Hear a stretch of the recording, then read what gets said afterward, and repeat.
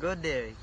We are here today to interview my cousin about their knowledge about our national hero, Dr. Jose Rizal. Hi guys, can you tell us about yourself first? Hello, I am Princess Zaira Aguilar, currently studying here at Central Mindanao University under the College of Agriculture, and for now I am taking a Bachelor of Science in Development Communication. So, hi everyone, my name is Lloyd Gabrera. So, I am currently studying here in CMU 2, and I am in the course of Bachelor of Arts in Sociology. That's great. Before anything else, I would like to ask you some question. Are you ready? More than ready. So much ready. Okay, first question.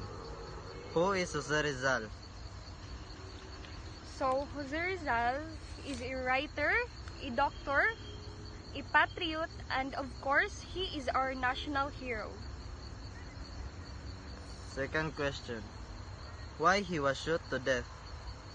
So, ipatay si Sir Rizal tungod sa iyang mga gisulat sa mga tong sa Ilpili, sa kining Nolimi, then katong mga essays para sa mga Young Women of Malolos, katong mga essay.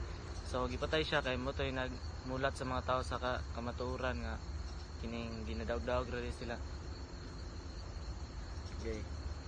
Third question. Why he is our national hero?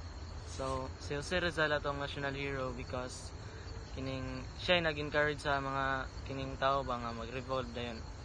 Si Andres Bonifacio na encourage ito siya nga mag-revolt mo kontra sa mga Spanish tungod sa gisulat ni Jose Rizal itong mga tungod atong El Pili sa Nolimi kato. So daw kay tabang nga kining ma-realize mo or ma-encourage mo, ma-remember nimo nga oy dili naman ito maayo ilang ginabuhat. So mo tong si Jose Rizal gid ang naimong national hero. So, in addition, he is our national hero because he deserves to be. Because, of course, he influenced us Filipinos to be united.